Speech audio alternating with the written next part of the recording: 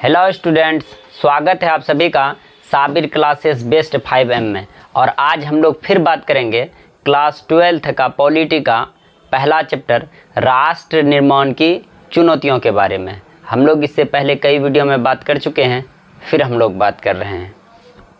तो हम लोगों का जो टॉपिक है विभाजन के परिणाम। तो हम लोग सब जानते हैं कि हमारा देश दो भागों में विभाजित हुआ, एक पाकिस्तान बना और एक भारत बना।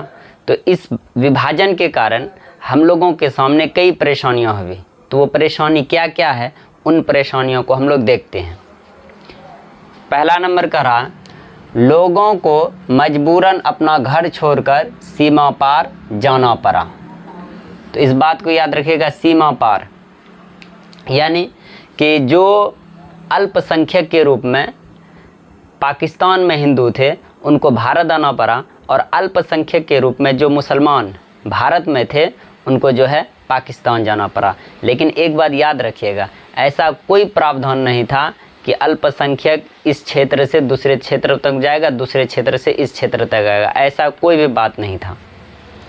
उसके बाद बड़े स्तर पर हिंसा का शिकार होना पड़ा। याद रखिएगा, जब ये बातें चलने लगी कि भारत का धर्म के आधार पर विभाजन होगा, तो धर्म के आधार पर हिंदू, मुसलमान, सिख एक दूसरे से जो है लड़ना शुरू कर दिया, और इसके कारण बहुत सारे बेकसूर बेगुनाह लोगों को अपना जान गंवानी पड़ी। अमृतसर और कोलकाता में सांप्रदायिक दंगे हुए। अमृतसर पंजाब में है और कोलकाता बंगाल में, पश्चिम बंगाल में, बंगाल बोलेंगे। तो इन दोनों क्षेत्रों में जो है सांप्रदायिक दंगा होना शुरू हो गया। सांप्रदायिक दंगा का मतलब हुआ हिंदू मुसलमान से, मुसलमान हिंदू से, मुसलमान सिख से, हिंदू सिख से। इस तरह का जो है झगड़ा इन दोनों क्षेत्रों में बहुत ज़्यादा होना शुरू हो गया। उसके बाद औरतों को अगवा किया गया, जबरन शादी करनी पड़ी, धर्म बदलना पड़ा। तो ये एक देश का एक तरह से जो है देश आज़ाद हुआ तो एक तरफ खुशी थी, और दूसरी तरफ देश का जो विभाजन हुआ उसके कारण दुखी भी देश के लोग थे। लेकिन इसमें एक घटना जो ये सब हो रहा था कि औरतों के ऊपर बहुत ज़्यादा अत्याचार किया जा रहा था। तो ये घटना जो है बहुत ही हृदय विदारक था। कई मामलों में लोगों ने परिवार की इज्जत बचाने के लिए, इस बात को याद रखिए, इज्जत बचाने के लिए खुद घर की बहू बेटियों को मार डाला। यानी कि स्त्रियों के साथ जो अत्याचार हो रहा था उस कारण अपने इज्जतों को बचाने के लिए खुद जो है अपनी बहू, अपनी बेटियों को क्या किया, उन्होंने जान से मार दिया। उसके बाद वित्तीय संपदा के साथ साथ टेबल कुर्सी, टाइपराइटर और पुलिस के भी बंटवारे हुए। तो इस बात को याद रखिएगा, भारत का जो विभाजन हुआ तो भारत का विभाजन में सिर्फ भारत की भूमि का विभाजन नहीं हुआ, भारत में जो संपदाएं थी, जो सामान था, उनका भी विभाजन हुआ। कुर्सी, टेबल, टाइपराइटर, उसके बाद सोना चांदी, या किसी के पास जानवर था, घोड़े थे, गाय थे, इन सभी चीज़ों का भी बंटवारा हुआ। अपने क्षेत्र लेकर के चले गए, जो जहाँ गए वहाँ लेकर के चला गया। उसके बाद 80 लाख लोगों को घर छोड़कर उनके सीमा पार आना पड़ा। यानी 80 लाख लोग इधर से उधर होना पड़ा। जो अल्पसंख्यक के रूप में थे बहुसंख्यक में चले गए, जो जहाँ अल्पसंख्यक थे वो दूसरी तरफ बहुसंख्यक में चले गए। 5 से 10 लाख लोगों को अपनी जान गंवानी पड़ी। तो इसमें जो बेकसूर लोग थे, जब दंगा होता है तो कोई भी जो है चाहे बेकसूर हो या गलती करने वाला हो ये देखा नहीं जाता है। तो बहुत सारे बेकसूर 5 से 10 लाख लोग इस घटना में जो है मारा गया। उसके बाद हम लोग अब बात करेंगे रजवाड़ों का भारत में विलय। तो हम लोग सब इस बात को जानते हैं कि जो रजवाड़ा था, रियासत था, उनका जो है भारत में विलय हुआ। हम लोग देख रहे हैं स्वतंत्रता प्राप्ति से पहले, यानी देश के आज़ाद होने से पहले भारत 2 भागों में बटा हुआ था। एक ब्रिटिश भारत और एक देसी रियासत। तो हम लोग थोड़ा सा इस पर थोड़ा डिस्कशन कर रहे हैं कि जब भारत आज़ाद नहीं हुआ था तो भारत दो भागों में बटा हुआ था, एक ब्रिटिश भारत और एक देसी रियासत। तो ब्रिटिश भारत का अर्थ हुआ कि जो अंग्रेज़ था, चाहे रानी हो या राजा हो, उनका डायरेक्ट नियंत्रण ब्रिटिश भारत में था।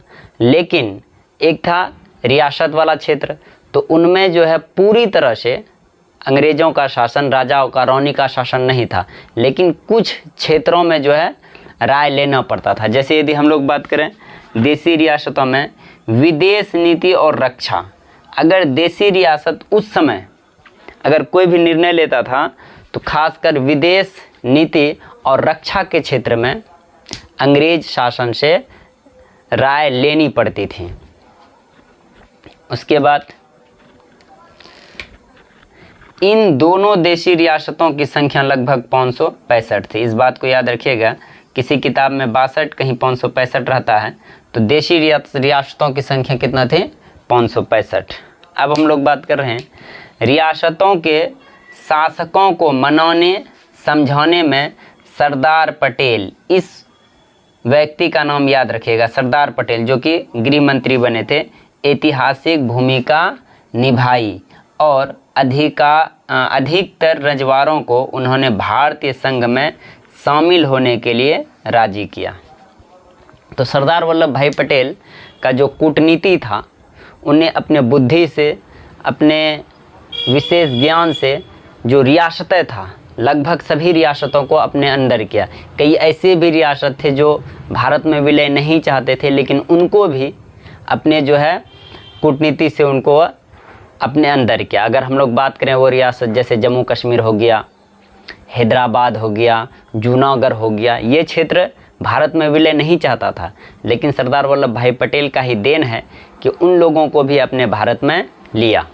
अब हम लोग आगे बात करेंगे रजवाड़ों के विलय की समस्या के बारे में। आखिर जो राजा रजवाड़ा था तो उसको विलय करने में भारत में कितनी समस्याओं का सामना करना पड़ा। तो हम लोग देख रहे हैं आज़ादी के तुरंत पहले अंग्रेज़ों ने कहा कि भारत ब्रिटिश प्रभुत्व से आज़ाद होने जा रहा है, ऐसे में रजवाड़ों भी आज़ाद कर दिए जाएंगे और रजवाड़े अपनी मर्जी से चाहे तो भारत में शामिल हो जाए, चाहे तो पाकिस्तान में, या फिर स्वतंत्र रह सकते हैं। तो अंग्रेज़ों के द्वारा ये कहा गया कि जो भारत को आज़ाद किया जा रहा है तो उसमें जो भी राजा रजवाड़ा है उनको 3 ऑप्शन दिया गया। यदि आप भारत में रहना चाहते हैं तो भारत में शामिल हो जाइए, यदि आप पाकिस्तान में रहना चाहते हैं तो पाकिस्तान में शामिल हो जाइए, या इन दोनों में से यदि आप किसी में शामिल नहीं होना चाहते हैं तो आप एक स्वतंत्र अलग देश बना सकते हैं। तो अंग्रेज़ों के द्वारा जो ये कहा गया, तो इसके कारण कई ऐसे रियासत था जो भारत में न ही पाकिस्तान में विलय नहीं चाहता था। उसके बाद ऐसे में देश की एकता और अखंडता को खतरा मंडरा रहा था। तो ये बात बिल्कुल सही है कि जो अंग्रेज़ों के द्वारा ये बात फरमाया गया कि जिसको भारत में रहना है भारत में रहे, जिसको पाकिस्तान के साथ जाना है पाकिस्तान में जाए, जिसको किसी के साथ नहीं जाना अलग देश बने। तो इसके कारण जो है भारत का जो है कई टुकड़ों में बंट जाने का आशंका हुआ, जिसके कारण जो है भारत के जो बुद्धिमान व्यक्ति थे उन लोगों ने सोचा तो इससे तो भारत का बहुत ज़्यादा नुकसान हो जाएगा, भारत का बहुत सारा भाग हो जाएगा। तो जिसके कारण हमारे देश के एक विद्वान के द्वारा जो भारत के पहले गृह मंत्री भी बने सरदार वल्लभ भाई पटेल, उनके द्वारा ये बहुत ही चतुराई के साथ बहुत सारे राजा रजवाड़ों को एक साथ किया गया। उसके बाद अगर रजवाड़े अलग होने की मांग करते हैं तो ना जाने देश के कितने टुकड़े हो जाते हैं। तो ये बात सही है कि देश का बहुत सारा टुकड़ा होता। अब हम लोग बात कर रहे हैं रजवाड़ों के विलय में पहले पटेल जी की भूमिका। तो हम लोग पटेल जी के बारे में बात करेंगे, सरदार वल्लभ भाई पटेल, कि सरदार वल्लभ भाई पटेल का आखिर क्या भूमिका था रजवाड़ों को भारत में शामिल करने का। तो भारत देश के छोटे बड़े टुकड़े हो जाने की संभावना बनी, ऐसे में सरकार ने कठोर फैसला लिया। मुस्लिम लीग ने इसका विरोध किया। लोगों का कहना था कि रजवाड़ों को उनकी मनमर्जी का फैसला लेने के लिए छोड़ दिया जाए। तो और अंग्रेज़ों के द्वारा ये कहा गया था कि कोई भी रजवाड़ा, कोई भी रियासत भारत में जाए, पाकिस्तान में जाए, ये फैसला वहाँ के राजा लेंगे। लेकिन लोगों का कहना था कि राजा के बजाय वहाँ की जनता फैसला करेगी कि उनको भारत में रहना है, पाकिस्तान में जाना है या अलग बनाना है। लेकिन एक मुस्लिम लीग जो था, जिसका स्थापना 1906 में हुआ, उनका जो है ये विरोध किया गया उनके द्वारा। उसके बाद जो है सरदार वल्लभ भाई पटेल ने अपनी चतुराई और सूझबूझ से, इस बात पर ध्यान रखिएगा, रजवाड़ों को भारतीय संघ में शामिल कर लिया।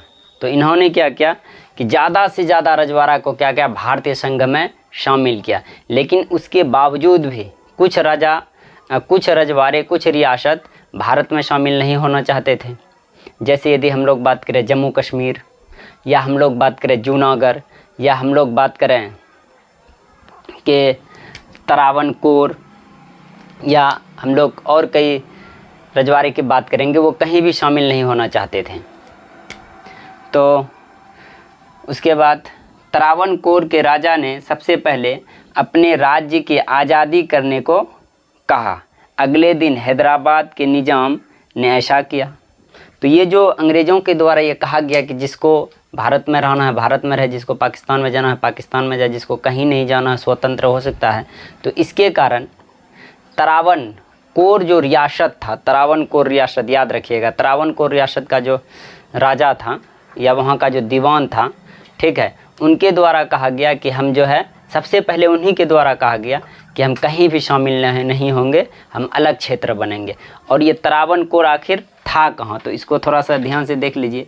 ये तरावनकोर जो था, ये वर्तमान समय में जो केरल राज्य है, दक्षिण भारत का वर्तमान समय में जो केरल राज्य है, वहाँ जो है तरावनकोर रियासत था। और वहाँ के जो दीवान थे, तरावनकोर का जो रियासत का दीवान था सीपी रामास्वामी अय्यर, इस व्यक्ति का नाम याद रखिएगा। वहाँ का जो दीवान था सीपी रामास्वामी अय्यर, सीपी रामास्वामी अय्यर तरावनकोर रियासत का जो है दीवान था। उनके द्वारा कहा गया कि हम भारत में शामिल नहीं होंगे। लेकिन बाद में जो है भारत की सरकार जो है कोशिश की, कहीं बल का भी उपयोग किया गया और इन सभी को जो है भारत में शामिल कराया गया। और इसी के साथ हम लोग यदि जम्मू कश्मीर के बारे में बात करें, जम्मू कश्मीर का भी रियासत नहीं होना चाहता था, ठीक है। जूनागढ़ का रियासत, जूनागढ़ रियासत जो कि गुजरात क्षेत्र में है, वो भी नहीं होना चाहता था। लेकिन फिर भी सरदार वल्लभ भाई पटेल का जो है चतुराई, बुद्धिमत्ता का उपयोग उन्होंने किया और लगभग रियासत को भारत के अंदर लाया। तो आज हम लोग यहीं तक बात करेंगे। फिर एक बात हम हर रोज़ कहते हैं कि हमारे चैनल को लाइक, सब्सक्राइब और शेयर करें। और मैं ऑफलाइन बैच जो कि हाट के अंदर पारामाउंट कोचिंग सेंटर में पढ़ाता हूँ, यदि आपको लगे कि मैं बेहतर समझाता हूँ तो हमारे साथ ऑफलाइन आप जुड़ें।